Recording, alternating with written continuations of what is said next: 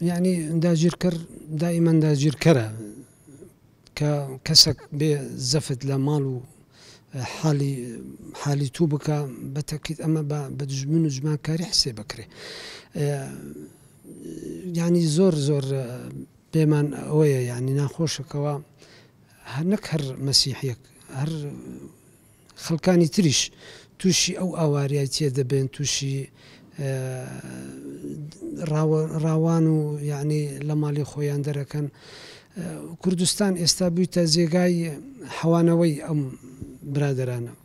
نمونەش لەسەرەوە وەختی لە دەشتی نینەوە مەسیحەکان بەرەو کوردستان بەرەو شاڵاوی داعشکەتن تاکە ڕێگایان هەبوو بێنە کوردستان لێرە لە کەش و هەوای یعنی ئارام کوردستان دڵی خۆی کردەوە دەرگای خۆی کردەوە بۆ پێشوازیکردن لێیان وەکو هاوڵاتیانی خۆی ژمێردیان هیچ کێشیان نەبوو.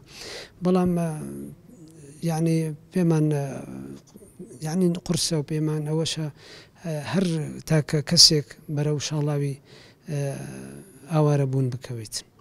طبیعی ئەگەر بردومانیش کرا مەسیحیش بەبەردەکەوی یەزیدیش بەبەردەکەوی برایەکانی تریشمان بەبەردەکەون ئەمانە بە هیچ شێوەیەک ئەو شتە لای مەقبول نییە و ئیدانەی دەکەین بۆ هەر سەر دەست درێژیەک لە سنوورەکانی کوردستان.